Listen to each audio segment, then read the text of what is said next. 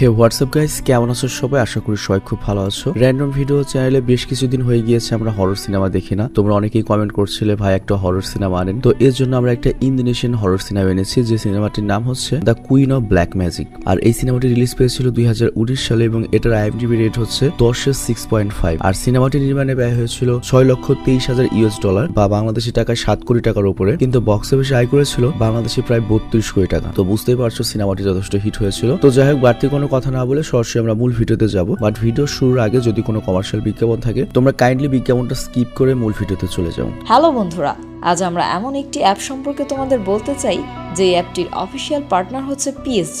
আর এখানে অনেকগুলো ম্যাচ খেলে ল্যাপটপ, আইফোন, স্মার্ট ওয়াচ ও আরও অনেক ক্যাশ প্রাইজ জেতার সুযোগ রয়েছে। আর এই অ্যাপটিতে সকল ধরনের লাইভ ম্যাচের রেজাল্ট দেখতে পারবে এবং এই ম্যাচের স্কোর অনুমান করে গেমও খেলতে পারবে। যেমন কোন টিম জিতবে, কোন টিম কত রান করবে, কে সর্বোচ্চ স্কোর করবে। এছাড়া বিভিন্ন ধরনের গেম রয়েছে, সেগুলো খেলেও ইনকাম করতে পারো। আর রেজিস্ট্রেশনের সময় আমাদের যে প্রোমো কোডটি রয়েছে রোনাল, এটা ব্যবহার করলে প্রথম ডিপোজিটে 26,000 টাকা পর্যন্ত বোনাস পেতে পারো। আর এই টাকা তুমি খুব সহজেই বিকাশ, ব্যাংক এবং অন্যান্য সহজ পদ্ধতির মাধ্যমে উঠাতে পারো। তো আর দেরি কিসের? ডেসক্রিপশনে প্রোমো কোড এবং পিন কমেন্টে প্রোমো কোড সহ সাইন আপ লিঙ্ক রয়েছে, সেটা ব্যবহার করো এবং ক্যাশ প্রাইজ জিতো। আর এখানে আরেকটা কথা মনে রেখো, আমরা যেই বিজ্ঞাপন দেই না কেন, অনলাইন থেকে টাকা আয় করা এত সহজ কোনো ব্যাপার নয়। তোমরা কোনো আর্থিক ক্ষতির সম্ভাবনা রয়েছে এমন কোনো ওয়েবসাইটে যাবে না। তো চলো এবার মূল ভিডিওতে চলে যাই। তো বিজ্ঞাপন শেষে আমরা মূল ভিডিওতে চলে আসলাম। তো সিনেমার কাহিনীর শুরুতে আমরা একটা পরিবারকে দেখি, যে পরিবারের স্বামীর নাম ছিল হানিফ আর স্ত্রীর নাম ছিল হচ্ছে নাদিয়া। আর তাদের দুটো ছেলে ছিল, বড় ছেলের নাম হচ্ছে শান্ডি, ছোট ছেলের নাম হচ্ছে হাডি। আর তাদের একমাত্র যে মেয়ে তার নাম ছিল হচ্ছে ডিনা। তো যাই হোক, হানিফ তার পুরো পরিবার নিয়ে প্রায় 25 বছর পরে একটা এতিমখানাতে যাচ্ছে। আর ওদের কথার মাধ্যমে আমরা জানতে পারি যে ওই এতিমখানাতেই মূলত হানিফ ছোটবেলা থেকে বড় হয়েছিল। তো হানিফ ওই এতিমখানাতে যাচ্ছে, এর কারণটা হচ্ছে এতিমখানাতে মিস্টার বান্দি নামের একটা লোক ছিল, যে পুরো এতিমখানার যে বাচ্চারা ছিল তাদের দেখাশোনা করতো। তো সেই মিস্টার বান্দি অসুস্থ হয়ে পড়েছে, যে কোনো সময় মারা যেতে পারে। এই জন্য তাকে শেষবারের মতো দেখার উদ্দেশ্যে হানিফ তার পরিবারকে নিয়ে এতিমখানাতে যাচ্ছে। তো যাই হোক, পুরো পরিবার বেশ এনজয় করছিল, কারণ তারা শহরে থাকে, গ্রামে যাচ্ছে, খুব এনজয় করছিল। কিন্তু গ্রামের রাস্তা দিয়ে ওরা যখন যাচ্ছিল তখন ওদের গাড়ির সাথে কোন একটা কিছু ধাক্কা লাগে। তো নগদ হানিফ করে কি গাড়িটা থামায়, আর এরপর যখন নিচে নামে তখন রাস্তার পাশে একটা হরিণ মরা দেখতে পায়। তো হানিফ তখন মনে করে যে ওর গাড়ির সাথে হরিণের ধাক্কা লেগেছে। তো এই কারণে বেশি টেনশন না নিয়ে সরাসরি চলে যায় হচ্ছে এতিমখানাতে। তো ওরা যখন অরফানেজে পৌঁছায় তখন হানিফের সাথে দেখা হয় তার ছোটবেলার বন্ধু মান্নানের সাথে। আর মানানের সাথে আমরা তার স্ত্রী সিটিকে দেখতে পাই। আর ওদের সম্পর্কে আমাদের বলা হয় যে মানানার স্মৃতিও হানিফের সাথে ছোটবেলাতে এই অরফানেজে থাকতো, বাট মানানার স্মৃতিকে কোনো পরিবারে অ্যাডপ্ট করেনি, যার জন্য ওরা সারা জীবন এই অরফানেজে থেকে গিয়েছে আর বড় হয়ে বিয়ে করে নিয়েছে। আর কিছুক্ষণ পরে হানিফের আরো দুজন ছেলেবেলার বন্ধু আসে, একজনের নাম হচ্ছে এন্টন আর একজনের নাম হচ্ছে জেফারি। আর তারাও ওর সাথে এতিমখানাতে থাকতো, আর ওরাও এসেছে মিস্টার বান্দিকে শেষবারের মতো দেখতে। তো যাই হোক, অ্যান্টন আর জেফারিও বিয়ে করেছে এবং তারা তাদের স্ত্রী ও সন্তানদের সাথে নিয়ে অরফানেজে এসেছে। আর এখানে অ্যান্টনের স্ত্রীর নাম হচ্ছে এভা আর জেফ্রির স্ত্রীর নাম হচ্ছে লিনা। তবে ওরা কেউ অত ইম্পর্টেন্ট ক্যারেক্টার নয়, ওদের এত চেনার আমাদের দরকার নেই। তো যাই হোক, এরপর মান্নান, যে আর কি এতিমখানাতে থাকতো, যাকে কেউ আর কি অ্যাডপ্ট করেনি, সে করে কি সবাইকে এই এতিমখানার দুজন বাচ্চা হাসবি এবং রানীর সাথে ইন্ট্রোডিউস করায় এবং হানিফের বাচ্চারা খুব তাড়াতাড়ি হাসবি এবং রানীর সাথে মিশে যায়। তো যাই হোক, এরপর সবাই মিস্টার বান্দিকে দেখতে যায়। আর ওই সময় হাসবি করে কি তার নতুন বন্ধুকে অরফানেজে ট্যুর দিতে নিয়ে যায় এবং অরফানেজে গল্প বলছিল। আর ওইদিকে আমরা দেখি হারি করে কি একটা বন্ধ দরজার কাছে যায় এবং জিজ্ঞেস করে এই দরজাটা বন্ধ কেন। আর তখন সেখানে আসে রানী। রানীকে তো অবশ্যই চিনতে পেরেছো, মানে হাসবি আর রানী তো এতিমখানাতে বর্তমানে রয়েছে বড় বাচ্চা হিসেবে। তো রানী তখন এই রুমের এবং এই দরজা বন্ধের কাহিনী বলতে থাকে। তো রানী বলে তোমার বাবা যখন এই অরফানেজে ছিল তখন মিস মীরা নামের একজন মহিলা এখানে কাজ করতো, আর একদিন সে মনি নামের এই অরফানেজে থাকা একটা মেয়েকে ধরে ফেলে এবং এটা বলতে থাকে যে মনির ভেতরে শয়তানের আত্মা রয়েছে। আর এটা বলে সে মনির উপর কালোজাদু করার চেষ্টা করে। আর তার এরকম আজগুবি কাজ দেখে সবাই ভেবে নেয় যে মিস মীরা পাগল হয়ে গিয়েছে, আর এই কারণে তাকে এই রুমে বন্দী করে দেওয়া হয়েছিল। কিন্তু সে দরজার ওই পাশ থেকে দরজার উপরে মাথা খুঁটে খুঁটে দরজা খোলার জন্য মিনতি করছিল। তবে তারপর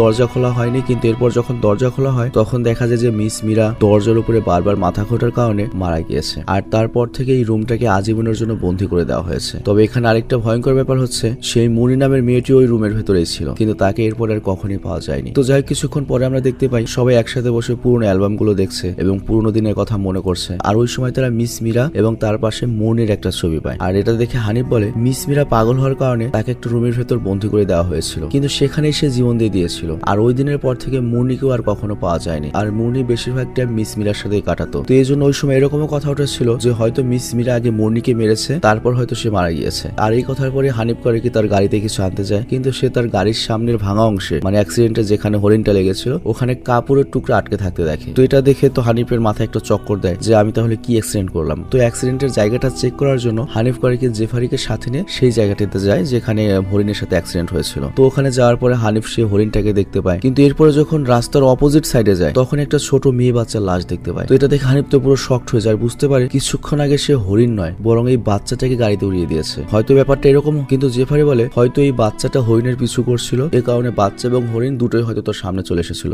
এতে তোর কোনো দোষ নেই। কিন্তু তারপর হানিফ এটা নিয়ে দুঃখী হতে থাকে। কিন্তু তখনই সে একটু দূরে একটা বাস দেখতে পায়, যে বাসটা রোড থেকে বাইরে চলে গিয়েছে নিয়ন্ত্রণ হারিয়ে। তো এরপর হানিফ আর জেফারি করে কি সেই বাসে যায়, আর এরপর তারা ড্রাইভারের সাথে অনেকগুলো বাচ্চাকে বাসে থাকতে দেখে। সবার একই রকমের ড্রেস ছিল, কিন্তু এদের মধ্যে কেউ জীবিত ছিল না। আর এরপর যখন প্রত্যেকটা বাচ্চাকে চেক করে তখন ওরা বুঝতে পারে যে বাচ্চারা কেউ অ্যাক্সিডেন্টে মারা যায়নি, তাদের সবাইকে জঘন্যভাবে মেরে ফেলা হয়েছে, বাজেভাবে। আর সবচেয়ে ভয়ঙ্কর ব্যাপার হচ্ছে এরা সবাই ওদের এতিমখানারই বাচ্চা কাচ্চা, যারা আজকে পিকনিকের জন্য বেরিয়েছিল। আর এই কথা একটু আগে ওরা মানানের কাছ থেকে শুনেছিল। তো হানিফ তখন সিদ্ধান্ত নেয় পুলিশকে এই তথ্য এখনই দিতে হবে, কিন্তু তখনই দেখা যায় ওদের দুজনের একজনের ফোনেও সিগন্যাল নেই। তবে তারপর ওরা সিদ্ধান্ত নেয় যে কোনো ভাবে পুলিশকে জানাতে হবে। ওরা করবে কি, ফার্স্টে এতিমখানাতে যাবে, আর এতিমখানাতে গিয়ে ল্যান্ডলাইন দিয়ে পুলিশকে কল করবে। তো এরপর ওরা করে কি ওই বাচ্চার বডিটা নিয়ে অরফানেজে পৌঁছায়, আর সেখানে যেতে ওদের সামনে ওরা অ্যান্টনকে দাঁড়িয়ে থাকতে দেখে। অ্যান্টন মানে আরেকটা বন্ধু। তো হানিফ তখন অ্যান্টনকে সকল ঘটনা খুলে বলে, আর এরপর অ্যান্টন করে কি ওই বাচ্চাটার বডি দেখে। আর তারপর হানিফ যখন পুলিশ স্টেশনে এই কথাগুলো জানাবে মানে ল্যান্ডলাইনে, তখন অ্যান্টন বলে এটা তো সম্ভব নয়, একটু আগে আমি কল করতে গিয়েছিলাম কিন্তু দেখতে পেলাম এখানকার ল্যান্ডলাইন নষ্ট, আর এখানকার কারো ফোনেই সিগন্যাল নেই। তবে প্রবলেম নেই, আমি এখানকার পুলিশ স্টেশন চিনি, আমি নিজে গিয়ে পুলিশ স্টেশনে এই খবরটা জানাচ্ছি। কিন্তু সবচেয়ে ভালো হবে এই খবরটা এখানের কাউকে বলিস না, তাহলে ওরা সবাই ভয় পেয়ে যাবে। তো হানিফ আর জেফারিও একই সিদ্ধান্ত নেয় যে এই কথাটা এখানকার কাউকে বলবে না, তা না হলে সবাই ভয় পেয়ে যাবে। তো এরপর আমরা অ্যান্টনকে দেখতে পাই যে ভয়ঙ্কর রাস্তায় একাই যাচ্ছে পুলিশ স্টেশনে খবর দিতে, কিন্তু এরপরও মাতব্বরি করে কি সেই জায়গাটাতে থামে যেখানে অ্যাক্সিডেন্ট হয়েছিল। আসলে থানায় বলার আগে নিজে যাচাই করতে যাচ্ছিল যে তথ্যটা সত্য কিনা। তো যাই হোক ও সেখানে যায় এবং দেখতে পায় হ্যাঁ অ্যাকচুয়ালি ওখানে একটা বাস রয়েছে, কিন্তু হারামজাদা মাতব্বরি করে কি একা একা সে বাসের ভেতরে ঢোকে যেখানে এতগুলো ডেড বডি রয়েছে। তো ও বাসে ঢোকার পরেই হয় কি বাসের দরজাটা সাথে সাথে বন্ধ হয়ে যায় এবং সমস্ত বাচ্চার বডি নিজেদের জায়গা থেকে দাঁড়িয়ে যায়। আর এটা খুবই ভয়ঙ্কর একটা দৃশ্য ছিল। তবে তারপরে ভাই অ্যান্টনের কলিজা যে ভাই এত শক্ত, একটুও ভয় পায়নি, উল্টো বাসের বাইরেও একটা মহিলাকে দাঁড়িয়ে থাকতে দেখে, যে মহিলাটাও আবার অ্যান্টনকে দেখছিল। কিন্তু তখনই হঠাৎ করে ওই বাসে অনেকগুলো পোকামাকড় চলে আসে যেগুলো অ্যান্টনের শরীরের ভেতর ঢোকে। দৃশ্যগুলো খুবই ভয়ানক এবং অ্যান্টনের শরীরের ভেতর ঢোকে ওর ভেতরে যে কিডনি, পাকস্থলী বা নাড়িভুঁড়ি রয়েছে সেগুলো খেতে থাকে। আর এই কারণে অ্যান্টনের বাজেভাবে মৃত্যু হয়ে যায়। আর এরপর আমাদের এতিমখানাতে নিয়ে যাওয়া হয় যেখানে আমরা দেখি লিনা আপেল খাচ্ছিল। লিনা মানে যেটা জেফারের স্ত্রী আর কি, একটু আগে যেটা হানিফের সাথে এসেছিল। তো লিনা যখন চাকু দিয়ে একটা আপেল ছিল তখন আসলে ও আপেল নয়, ওর গলার স্কিন কেটে সরিয়ে দিচ্ছিল। তো এটাও খুব ভয়ানক একটা দৃশ্য ছিল এবং আমরা দেখতে পাই লিনার শরীর থেকে অনেক রক্ত ঝরছে। তো এরপর যখন ও বুঝতে পারে যে ও আপেল নয়, নিজেকে কেটে ফেলেছে, তখন ও নিজেই ভয়ে বেহুশ হয়ে যায়। আর ওইদিকে আমরা অ্যান্টনের স্ত্রীকে দেখি যে এখনো যায় না যে অ্যান্টন মারা গিয়েছে। তো সে যখন তার রুমে ছিল তার শরীরে অনেকগুলো পোকামাকড় চলে আসে এবং ওই পোকামাকড় গুলোর মুখের মাধ্যমে শরীরের ভেতরে চলে যায়। আর এই কারণে ইভার রক্ত বমি হতে থাকে এবং তার মুখ দিয়ে তখন অনেক পোকা বাইরে আসে। এবং আমরা এটাও দেখতে পাই যে ইভার হাতের চামড়ার নিচ দিয়ে পোকাগুলো হাঁটছে। আর এই কারণে ইভা করে কি হাতের রক কেটে সে পোকা বের করতে যায়। আর এই কারণে যেটা হয় ইভা সেখানে অজ্ঞান হয়ে বেহুশ হয়ে যায়। আর এই ঘটনাটা কিন্তু সবার সামনে ঘটছিল, কিন্তু কেউ বুঝতে পারছিল না এগুলো কি হচ্ছে। তো এই কারণে সবাই ভয় পেয়ে যায়। আর এরপর আমরা দেখি হানিফ আর জেফরি করে কি ইভা এবং লিনাকে নিয়ে হসপিটালে যেতে থাকে। আর ওই সময় নাদিয়া গাড়ি ড্রাইভ করছিল, আই মিন হানিফের স্ত্রী। কিন্তু অনেকক্ষণ ড্রাইভ করার পরেও নাদিয়া আর হানিফ এটা অনুভব করে যে ওরা বারবার একই রাস্তায় ঘুরছে। মানে ব্যাপারটা এরকম যে ওরা কোনো একটা লুপের মধ্যে আটকে গিয়েছে, কোনো একটা শক্তি রয়েছে যেটা তাদের এই এতিমখানার এরিয়ার বাইরে যেতে দিচ্ছে না। তো এটা দেখে হানিফ বলে ওঠে তার মানে এটা আবারও শুরু হয়েছে। তো এই কারণে নাদিয়া জিজ্ঞেস করে তুমি কি বলতে চাচ্ছ,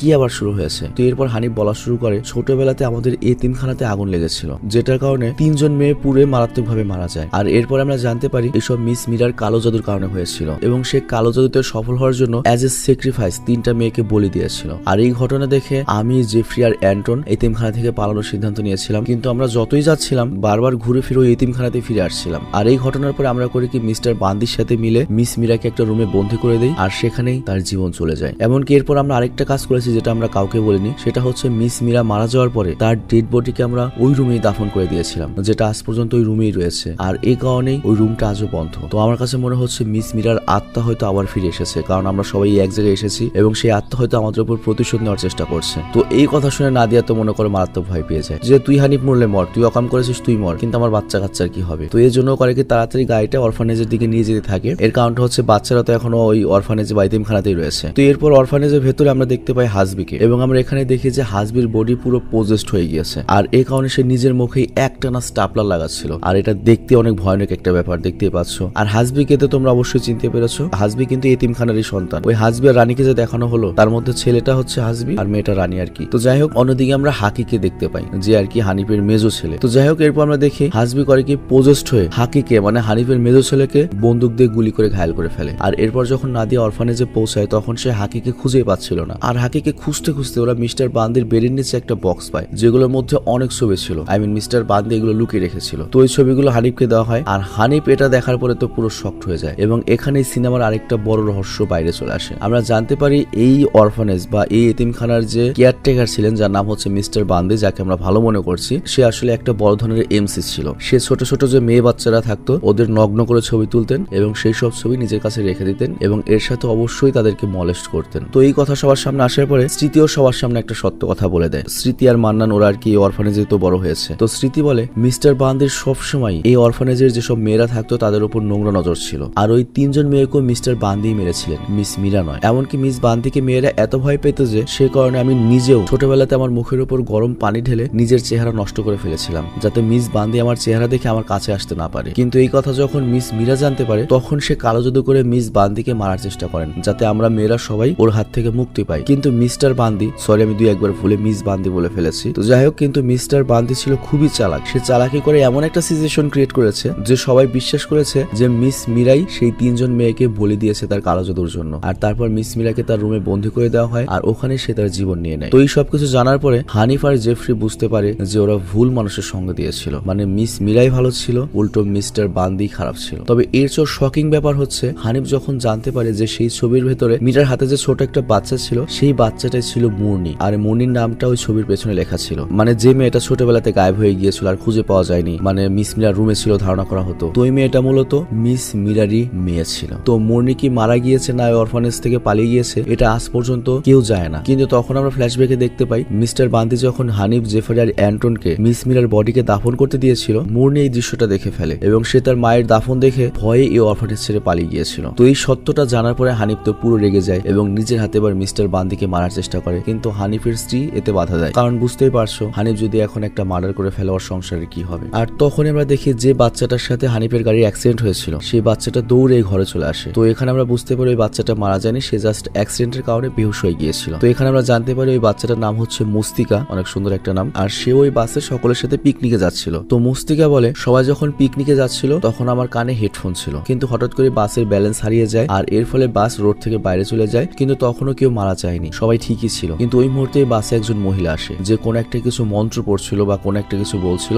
আর এটা শুনে সকল বাচ্চারা তাদের নিজেদের হাতে যা ছিল তাই দিয়ে আঘাত করতে থাকে এবং নিজেদের জীবন নিজেই দিয়ে দেয়। কিন্তু আমি বেঁচে গিয়েছি কারণ আমার কানে হেডফোন ছিল, সে কি মন্ত্র বলেছে সেটা আমি শুনিনি। আর এরপর আমি বাস থেকে বেরিয়ে এক জায়গায় লুকিয়ে থাকি, আর সন্ধ্যা লাগলে সেখান থেকে আমি এতিমখানে আসার চেষ্টা করি, কিন্তু তার আগে আপনার গাড়ির সাথে অ্যাক্সিডেন্ট হয়ে গিয়েছে। তো এরপর মানানার স্মৃতি করে কি মুস্তিকাকে সামলায়, আর ওই সময় হাকি সবার সামনে আসে। আর হাকিকে তো অবশ্যই ছিল হানিফের মেজো ছেলে, তো ওর গুলি লাগার কারণে তো পুরো ঘায়েল হয়ে গিয়েছে। আর হানিফ আর নাদিয়া ওকে দেখেই তো ভয় পেয়ে যায়, তাড়াতাড়ি হসপিটালে যাওয়ার সিদ্ধান্ত নেয়। কিন্তু ওরা যখন গাড়ি এগোবে তখন ওদের সামনে মুরনি এসে দাঁড়ায়, মানে আমরা যাকে মনে করছিলাম ছোটবেলাতে মারা গিয়েছে সে আসলে মারা যায়নি, সে সবার সামনে চলে এসেছে। আর এইখানে সিনেমার আরো কিছু টুইস্ট আসে। তো এতক্ষণ সবাই মনে করছিল যে এই সবকিছু হচ্ছে মীরার আত্মার জন্য, যে প্রতিশোধ নিতে চায়। অ্যাকচুয়ালি ব্যাপারটা না, নয়, এটা মীরার মেয়ে মুরনি এগুলো করছিল, যে ছোটবেলায় অরফানেজ থেকে পালিয়ে গিয়েছিল এবং সে তার মায়ের মৃত্যুর প্রতিশোধ এই এতিমখানায় থাকা প্রত্যেকটা মানুষের উপর নিতে চায়। এবং তার চোখে হানিফ, জেফরি, অ্যান্টন এবং মিস্টার বান্দি এরা সবাই মিস মীরাকে মারতে সাহায্য করেছিল। আর ওই দিন থেকে মনি শপথ নিয়েছিল সেই অরফানেজের সবাইকে মেরে প্রতিশোধ নেবে, এবং সেদিন থেকেই মনি অরফানেজ থেকে পালিয়ে গিয়ে একাই থাকতে শুরু করে এবং লম্বা সময় ধরে কালো জাদু শিখেছিল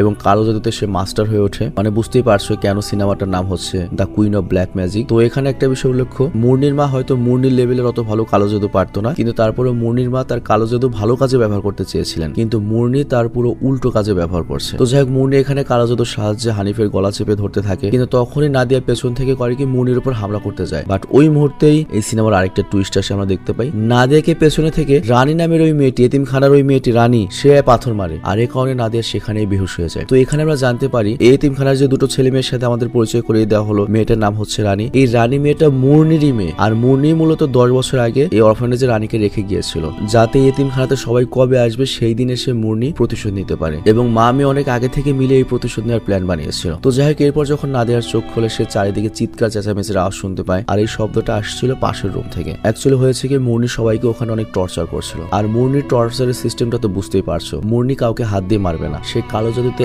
এত বেশি এক্সপার্ট যে সে কাউকে টাচ না করেই ইজিলি অনেক বেশি টর্চার করতে পারবে, এমনকি সে বাচ্চাদেরও টর্চার করছিল। তো এটা দেখে নাদিয়া পুরো পাগল হয়ে যায়। আর এরপর নাদিয়া দেখতে পায় মিস বান্দিকে চেয়ারে বসিয়ে রাখা হয়েছে এবং রুমের চারদিকে মোমবাতি দেওয়া হয়েছে। তো এখানে নাদিয়া বুঝতে পারে মুরনি নিশ্চয়ই কোনো কালো জাদু রিচুয়াল এখন করবে এবং এটা খুব স্পেশাল মনে হচ্ছে। আর তখন ওই রুমের ভেতরে কিন্তু হানিফ এবং হাকিও ছিল। এরপর যখন মুরনি সেই জায়গাটা আসে, মুরনি বলা শুরু করে, হানিফ, জেফরি, অ্যান্টন, তোরা তিনজনে জানতি না যে মিস্টার বান্দি খারাপ মানুষ, কিন্তু যেহেতু তোরা ওকে হেল্প করেছিলি এজন্য তোদের এবং তোদের পরিবারকেও কষ্ট পেতে হবে, কারণ তোদের বুঝতে হবে যে আমার প্রিয়জন আমার মাকে হারিয়ে আমি কেমন কষ্ট পেয়েছিলাম। তো এখানে ব্যাপারটা বোঝো, মিস্টার বান্দি হচ্ছে একমাত্র শয়তান, যার জন্য মুরনি এত খারাপ হয়েছে বা মুরনি কালো জাদু শিখেছে তাকে শাস্তি দেওয়ার জন্য। কিন্তু এখন শুধু শুধু হানিফ, জেফরি, অ্যান্টনের পরিবারকেও এবং ওদের তিনজনকেও কষ্ট দেবে। মানে এখানে হানিফ, জেফরি আর অ্যান্টনকে মোটামুটি একটু শাস্তি দিয়ে ছেড়ে দেওয়া যায়, বাট ওদের পরিবার তো একেবারে নির্দোষ। কিন্তু মুরনি এত পাগল হয়ে গিয়েছে যে ও সবার উপর প্রতিশোধ নেবে। এমনকি চিন্তা করো, মুরনি কিন্তু এতিমখানার সকল সাধারণ বাচ্চাকে মেরে ফেলেছে। তো নাদিয়াও ঠিক একই প্রশ্নটা করে মুরনিকে, জিজ্ঞাসা করে, তুমি যদি এত ভালো মানুষ হয়ে থাকো তাহলে এই এতিমখানার বাচ্চারা কি প্রবলেম করেছিল? ওরা তো যাচ্ছিল পিকনিকে, ওদের কেন মেরে দিলে তুমি? তখন মুরনি উত্তর দেয়, এই এতিমখানাতে থাকার চেয়ে না থাকা ভালো, ওরা মারা যাক, ওরা মরে বেঁচে গিয়েছে। তো এখানে আমরা বুঝতে পারি যে মুরনি পুরোপুরি পাগল হয়ে গিয়েছে, মানে সে নিজের প্রতিশোধের আগুনে নিজে অঙ্গার হয়ে গিয়েছে। মানে ওর কথা হচ্ছে, আমার ছোটবেলা নষ্ট হয়েছে, আর কারো ছোটবেলা ভালো হওয়ার অধিকার নেই, সবার ছোটবেলায় নষ্ট হবে। আর এরপরে মুরনি করিকে নাদিয়াকে একটা চাকু দিয়ে বলে, তুই তোর পরিবারকে যদি বাঁচাতে চাস, তোর বাচ্চাদের যদি বাঁচাতে চাস, তোর স্বামীকে তুই নিজের হাতে মারবি। কিন্তু নাদিয়া কি আর তার স্বামীকে মারতে পারবে? এটা কি পসিবল? তো এর জন্য মুরনি বারবার নাদিয়াকে জোর দিতে থাকে, বাট তখনই পেছন থেকে নাদিয়ার যে মেজো ছেলে সে চলে আসে এবং সে মুরনিকে একটা চাকু দিয়ে স্ট্যাপ করে দেয় এবং ডিস্ট্র্যাক্ট করার সুযোগে নাদিয়া করে কি সেই চাকুটা মুরনির গলায় ঢুকে দেয় এবং পুরো গলায় কেটে দেয়। তো এখানে সবাই হাফ ছেড়ে বাঁচে যে মুরনি মারা যাবে, কিন্তু এতে মুরনির কিছুই হয় না। মুরনি এত কালো জাদু জেনেছে যে সে নিজের মাথাকে আবারও সেই একই জায়গায় নিয়ে জোড়া লাগিয়ে দেয়। মানে চিন্তা করো, মুরনি কালো জাদুতে কোন লেভেলে চলে গিয়েছে এবং সে তার বডির উপর কালো জাদু করে রেখেছে। তবে তারপর নাদিয়া হার মানে না, নাদিয়া করে কি রিচুয়ালের যে মোমবাতি ছিল তার একটা মোমবাতি করে কি মুরনির দিকে ছুড়ে মারে, আর এই কারণে মুরনির শরীরে আগুন লাগতে শুরু করে এবং সারা রুমে আগুন ছড়িয়ে যায়। আর ঠিক ওই সময় হানিফ করে কি তার স্ত্রী এবং তার সন্তানকে নিয়ে বাইরে চলে আসে, আর এর সাথে এই সিনেমার ভিলেন মুরনির যে মেয়ে রানী ওকেও জোর করে বাইরে নিয়ে আসে। কিন্তু মিস্টার বান্দি যে ওখানে চেয়ারে বসা ছিল, বাধা ছিল, ওকে ভেতরে রেখে দেয় পুড়ে মরার জন্য। তো এর ফলে যেটা হয়, মুরনি এবং মিস্টার বান্দির সেখানেই মৃত্যু হয়। আর হানিফ কেন মিস্টার বান্দিকে মরতে দিয়েছে সেটা নিশ্চয়ই বুঝতে পারছো, ও 3 জন মেয়েকে তো মেরেই ফেলেছে, প্লাস অনেক মেয়েকে জ্বালিয়েছে। তো এই ঘটনার পরে 6 মাস কেটে যায়, আমরা দেখতে পাই সবকিছু নর্মাল দেখাচ্ছিল, আর নাদিয়া তার বাচ্চাদেরকে স্কুল থেকে নিতে এসেছিল, বাট ওই সময় সে গাড়ির বাইরে মুরনি রাত থেকে দাঁড়িয়ে থাকতে দেখে। কিন্তু এরপর যখন নাদিয়া তাড়াহুড়ো করে বের হয় তার আগেই মুরনি গায়েব হয়ে যায়। আর এরপর আমরা দেখতে পাই সেই এতিমখানাটি বিক্রি করে দেওয়া হয়েছে। তবে তারপরেও এতিমখানার ভেতরে আমরা মুরনির হাঁটার আওয়াজ শুনতে পাই, তার মানে মুরনি এখনো মারা যায়নি এবং সে কালো জাদুতে এত শক্তিশালী হয়ে গিয়েছে যে সে তার মৃত্যুকে পর্যন্ত ধোকা দিয়ে দিয়েছে। তো যাই হোক, এখানে সিনেমাটি শেষ হয়ে যায়। তো যাই হোক, আমি জানি না সিনেমাটি তোমাদের কাছে কেমন লেগেছে। অ্যাকচুয়ালি হয়েছে কি, সব ধরনের সিনেমা আসলে এক্সপ্লেন অত ভালো লাগে না। কিছু কিছু সিনেমা আছে অনেক বেশি ভালো এবং এক্সপ্লেনে মোটামুটি তাও বোঝা যায় বা মোটামুটি তাও ভালো লাগে, কিন্তু কিছু কিছু সিনেমা আছে দেখতে মোটামুটি ভালো লাগবে কিন্তু এক্সপ্লেনে একেবারেই বোরিং লাগবে, বিরক্ত লাগবে। তো এইটাও হয়তো সেরকমই হয়েছে। আমার কাছে মনে হয় না তোমাদের কাছে খুব ভালো লেগেছে ভিডিওটি, বাট অ্যাকচুয়াল সিনেমাটি হয়তো এর চেয়ে বেটার হতে পারে। আর আমরা চেষ্টা করেছিলাম এই ভিডিওতে যেখানে যেটা দরকার, মানে যত রক্ত, কাটাকাটি, মারামারি যা আছে সেটা দেখানোর জন্য। অ্যাকচুয়ালি ইউটিউবে যারা ভিডিও বানায় বা যারা মুভি এক্সপ্লেন করে তারা সবসময় চেষ্টা করে রক্ত এবং কাটাকাটি এগুলো এড়িয়ে যেতে। এর কারণটা হচ্ছে রক্ত দেখালে হয় কি, ওই ভিডিওতে কোনো অ্যাড আসে না, এর সাথে ওই ভিডিওটা রিচ অনেক কম পায়, মানে ইউটিউব থেকে একটা রেস্ট্রিকশন দিয়ে দেয় ভিডিওটার উপর। তবে তারপরেও আমরা রিস্ক নিয়ে এটা করেছি, এজন্যই আমাদের এক্সট্রা স্পন্সরশিপ তো আছেই, কিন্তু তারপরে ভিডিওটা তো ভালো করতে হবে, এজন্য আমরা কাটাকাটি সহ দিয়ে দিলাম যে আমাদের একটা ভিডিও থেকে ইনকাম কম হোক বাট তোমরা ফুললি এনজয় করো। তো যাই হোক, আমি আজকের মতো বিদায় নিচ্ছি। তোমরা ভালো থেকো, সুস্থ থেকো, টেক কেয়ার, আল্লাহ হাফেজ।